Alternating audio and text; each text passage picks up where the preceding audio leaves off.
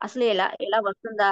ఇలా ఇలా రావడానికి ఎవరేమంటారు? ఎవరైనా ఒప్పుకుంటారు. మళ్ళీ ఎవరైనా క్వెషన్ చేస్తారేమో! లేకపోతే ఇది బాగోలేదని చెప్పేసి అంటారేమో! "నువ్వెందుకు ఇంత రేట్ పెట్టావని" ఇలా వస్తాయి చూడండి. వెంటనే ఒక దాడి, ఒక దాడి మన ఉమ్, పైన, ఉమ్, మన లోపల ఉమ్, లిమిటెడ్ కాన్షియస్, ఉమ్, లిమిటెడ్ వాయిసెస్ అన్నమాట. ఉమ్, అవి అవి వస్తున్నాయి. అంటే ఉమ్, అది బ్లేమ్ చేయడము, దాన్ని జడ్జ్ చేయడము, డౌట్ చేయడము. అంటే నేను పెట్టిన రేట్ ని డౌట్ చేయడం అనేది మన మైండ్ లోనే ఒక తయారైపోయి వచ్చినప్పుడు ఖచ్చితంగా బయట జరగదు. అది రాదు ఉమ్, మాస్టర్. ఎప్పుడైతే నేను ఆ ఉమ్, డౌట్, బ్లేమ్, డిస్బిలీఫ్ లేకుండగా ఆ సింగిల్ థాట్ తోటి ఉంటానో అప్పుడు వెంటనే మేనిఫెస్ట్ అయిపోతుంది. ఏదైనా మేనిఫెస్ట్ అయిపోతుంది. ఇప్పుడు మీరు ఈ విషయం అడిగారు. ఏ విషయమైనా కూడా మీరు ఒక్క థాట్ ఉమ్, చేసామంటే ఆ థాట్ కి ఇంక సెకండ్ థాట్ ఏది రాకుండా ఆ థాట్ ని అలాగా ఒక్క థాట్ చేసి వదిలేయాలి అంతే. అది నౌ మూమెంట్ లో చేయడం అనమాట. ఒక్క థాట్ చేసి ప్యూర్ ఎమోషన్ తో చేయడం అనమాట. ఒక్క థాట్, సింగిల్ థాట్ చేసి అది అయిపోయిందని చెప్పేసి దాని నుంచి ముందరకు వెళ్ళిపోవాలి. అది అవుతుందా లేదా, ఎలా అవుతుంది, ఎలా చేయాలి, ఇది ఎంతవరకు సాధ్యం అని ఇలాంటి థాట్స్ అన్ని, సెకండ్ థాట్స్ అన్ని వస్తున్నాయా, దాని పెండింగ్ పడుతూ ఉంటుంది అనమాట. జరుగుతుంది ఎప్పటికైనా. ఈ థాట్ కూడా జరుగుతుంది. ఇప్పుడు నేను పెట్టుకున్న థాట్ కూడా జరుగుతుంది. కాకపోతే బాగా డిలే అవుతుంది, లేట్ అవుతుంది అనమాట.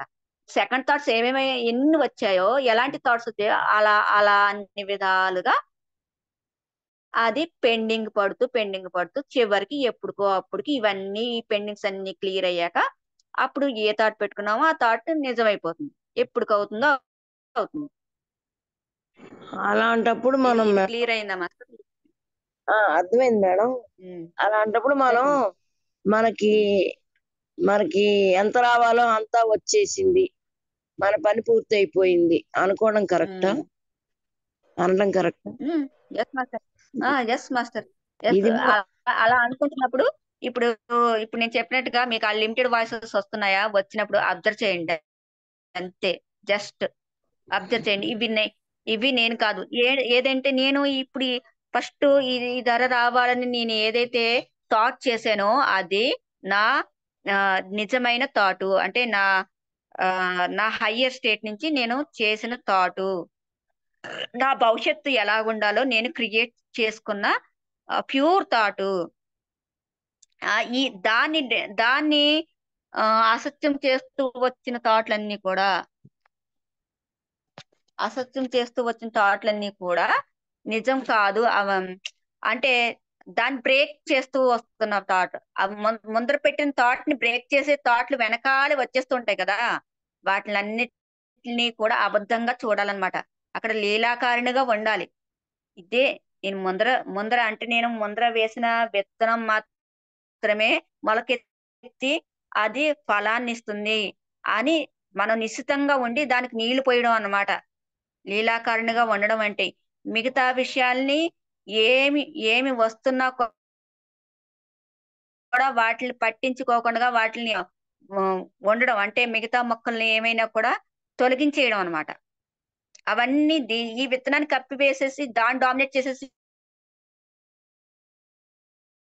పెరిగిపోయే పిచ్చి మొక్కల్ని అంటే ఏం చేయాలంటే అబ్జర్వేషన్ లో ఉండాలి. ఎప్పుడు చిన్నది మొలకెత్తినా కూడా దాన్ని పీకేసామంటే అది పెద్దదిగా అయ్యి ఈ విత్తనాన్ని అడ్డు పెట్టనివ్వదు కదా మేడం.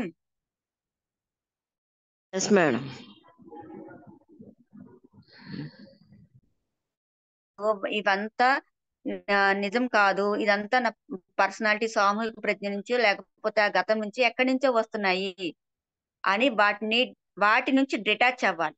డిటాచ్ అయ్యి మనం మనం ముందర చేసిన థాట్ కి ఎనర్జీని ఇవ్వాలి. అదే నిజమని మనము లైట్ హార్ట్ గా, అది కన్ఫర్మ్ గా ఉన్నట్టుగా లైట్ హార్ట్ గా ఫీల్ అవ్వాలి. ఫీల్ అయినప్పుడు అవుతుంది మస్తు. ఓకేనా? దానికన్నా కూడా ఓకే మేడం.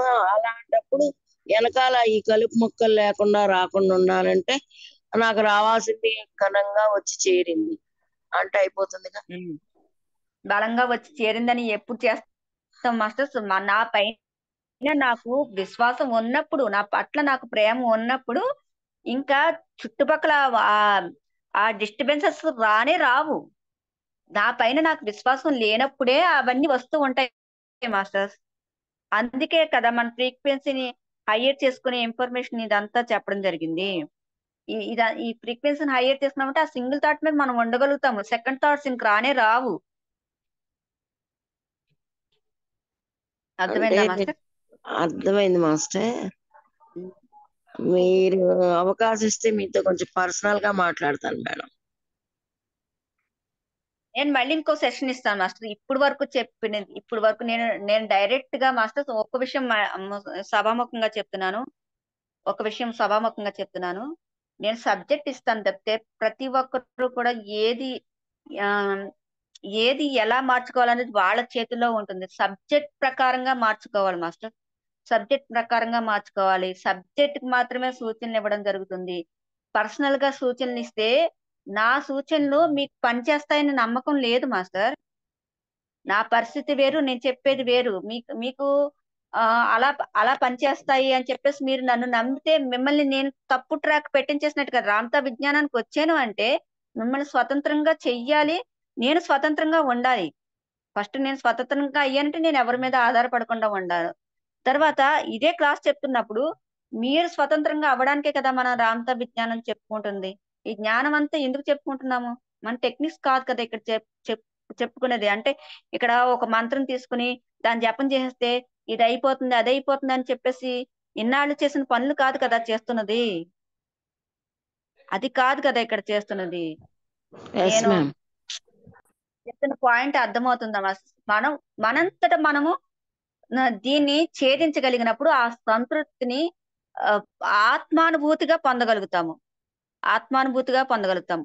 ఇంకొకరి హెల్ప్ తీసుకుంటే గానీ అవ్వదేమో అని ఆందోళనతోటి ఉన్నప్పుడు ఆ, మనం లోయర్ ఫ్రీక్వెన్సీకి పడిపోతాం మాస్టర్. లోయర్ ఫ్రీక్వెన్సీకి పడిపోతాం. మీకు సొల్యూషన్ నేను చెప్పేయచ్చు. నేను మీకు చెప్తే నేను హైయర్ అవుతాను, మీరేం హైయర్ అవుతారు? దీని ఆధారం చేసుకుని ఆ విషయాన్ని అడ్డు పెట్టుకొని మనం ఫ్రీక్వెన్సీని పెంచుకోవాలి. ఆ విషయం ఉన్నా వెళ్ళిపోయినా కూడా మనకి తేడా ఉండకూడదు. ఆ విషయం పైన మనం ఆధారపడకూడదు. దాని పైన ప్రభావం అవ్వకూడదు మాస్టర్స్. అది ఇక్కడ చెప్పుకునేది. దాని ప్రభావంలో నేను ఉండిపోయాను అంటే నా దివ్యత్వాన్ని నేను ఓడిపోతున్నట్టే కదా. ఆ విషయాన్ని తేలిక చెయ్యాలి, నా దివ్యత్వాన్ని హయ్యర్ చెయ్యాలి నా మైండ్ లో. అప్పుడే ఆ విషయాన్ని చిన్నది చేసినప్పుడే అది నా చేతుల్లో ఉంది. నేను ఇలా టపక్కమని 2 వేళ్లతో లాగితే వచ్చేసే పిచ్చి మొక్క, చిన్న మొక్క అంతే. నేను దీనికోసం గుణపాలు పారలో తీసుకురావడం లేకపోతే క్రేన్ తీసుకొచ్చి ఆ తవ్వించాల్సిన వృక్షాలు ఏమీ లేవు అని ఫస్ట్ మనల్ని మనం స్థిరపరచుకోవాలి మాస్టర్. ఆ, ఆ, నేను అది ఇంకొక విషయం మాస్టర్, నేను మెయిన్ చెప్పేది ఎవరికైనా కనీసం నిజంగా మా ఇంట్లో మా పిల్లల కోసమైనా కూడా నేను ఎలాంటి సంకల్పాలు చెయ్యను. ఎందుకంటే వారు కూడా దైవాలు. వారి ఎక్స్పీరియన్సెస్ ద్వారా వారి దివ్యత్వాన్ని ఉమ్, ఎలా బయటికి తీసుకురాగలుగుతారో. ఒక పువ్వు వికసించడం అనేది దానంతట అది జరగాలి. అలా వాళ్ళు ఎప్పుడు వికసిస్తారో అది చూస్తాను నేను. అది నమ్మకంగా చూస్తాను అనమాట. అంతేకాని నేను ఆ పువ్వులను విప్పేయను. ఆ రేఖల్ని విప్పి పరిమళం వస్తుందేమో అని ఎదురు చూసేంత ఆ అలాంటి మనస్తత్వం నాకు ఉండదు అనమాట. నా నా విషయంలో కూడా నేను ప్రతిదీ డిసైడ్ చేసి, అంటే ప్రతిదీ నేను సంకల్పించేసి క్రియేట్ చేసేలా ఉండదు. ఏదైనా కూడా నేను యాక్సెప్ట్ చేయగలుగుతున్నానా, దాన్ని ఓవర్కమ్ చేయగలుగుతున్నానా, నేను కాంకర్ చేయగలుగుతున్నానా లేదా, ఆ ప్రభావంలో పడిపోతున్నానా, నా ఫ్రీక్వెన్సీని తగ్గించుకుంటున్నానా లేకపోతే నా ఫ్రీక్వెన్సీని పెంచుకుంటున్నానా. ఎప్పుడు నేను ఏది నా కోసం కోరకుండానే నాకు కావాల్సినంత నాకు సమకూరుతూనే ఉంటుంది మాస్టర్. నేను పర్టికులర్ గా నేను ఏది కోరుకోను. సమకూరుతూ ఆ పరిస్థితి వచ్చినప్పుడు అయ్యో ఇది ఇలా జరిగితే బాగుంటుందని అనిపిస్తుంది. కాసేపే అనిపిస్తుంది. మళ్ళీ దాని మీద మనసు ఉండదు కాబట్టి నేను క్రియేట్ చేయలేను. నా మనసు ఎక్కడ లగ్నం అవుతుంది, ఏ విషయానికి లగ్నం అవుతుందో ఆ విషయాలు మాత్రమే నేను క్రియేట్ చేయగలుగుతాను. ప్రతి విషయాన్ని నేను క్రియేట్ చేయలేను. ఎందుకంటే దాని మీద ఫోకస్ పడదు నా మనసు. నా పిల్లల విషయంలో కానీ మా ఇంట్లో ఎవరి విషయాల పట్ల కూడా నేను అలా అలా పెట్టనన్నమాట. అలా పెడితే కరెక్ట్ కాదు. వారి దివ్యత్వానికి నేను అడ్డుపడినట్టు, నేను సంకల్పించేశాను అంటే. వారు హయ్యర్ గా అవ్వడానికి మాత్రమే నేను అనుకూలంగా ఉంచుతానన్నమాట పరిస్థితులు. ఆ పరిస్థితిలోంచే వారు వికసించాలి. అందుకనే ఆ పరిస్థితి తెచ్చుకున్నారు. ఆ పరిస్థితి ఆధారంగా ఆ మెట్టు చేసుకుని వారు వారి హయ్యర్ స్టేట్ కి వెళతారు. కాబట్టి నేను అది కూడా ఆనందంగా చూడగలుగుతానన్నమాట. ఇది మాస్టర్స్ నా పరిస్థితి అయితే. అంటే నా మైండ్ ఆఫ్ స్టేట్ అయితే ఇది మాట. పర్టికులర్ గా సొల్యూషన్స్ నేను ఎవరికి ఇవ్వడం కాదు. నేను ఏం చేస్తానంటే, మీ ఫ్రీక్వెన్సీ హయ్యర్ అవ్వడానికి, ఇంకా మీకు ఏ పరిస్థితి బాగుంటుందో ఆ పరిస్థితి రావడానికి ఉండేలాగా ఆలోచన చేసే మైండ్ నాది. నా మైండ్ అది.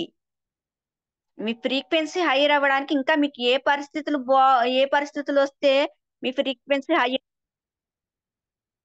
ముఖ్యమనే ఆలోచించే మైండ్ అన్నమాట నాది. Yes madam. అందుకని అందుకని ఆ నా దగ్గర పర్సనల్ గా సొల్యూషన్స్ వస్తాయని ఎదురు చూడకండి మాస్టర్. అంటే నేను అదే కాన్ఫిడెంట్ తో ఫోకస్ చేస్తున్నాను మేడం. మేడం ఇటువంటి అయిపోయింది మేడం. పద్మ గారు ముగించుకుందాము. ఆ, చాలా నాలుగు లేట్ అయిపోయింది కదా master. Okay okay madam, thank you. Okay, love you all master. Thank you madam. Thank you, Master. Thank you so much, Master. Thank you madam. Thank you so much, madam. Thank you master. Thank you, madam.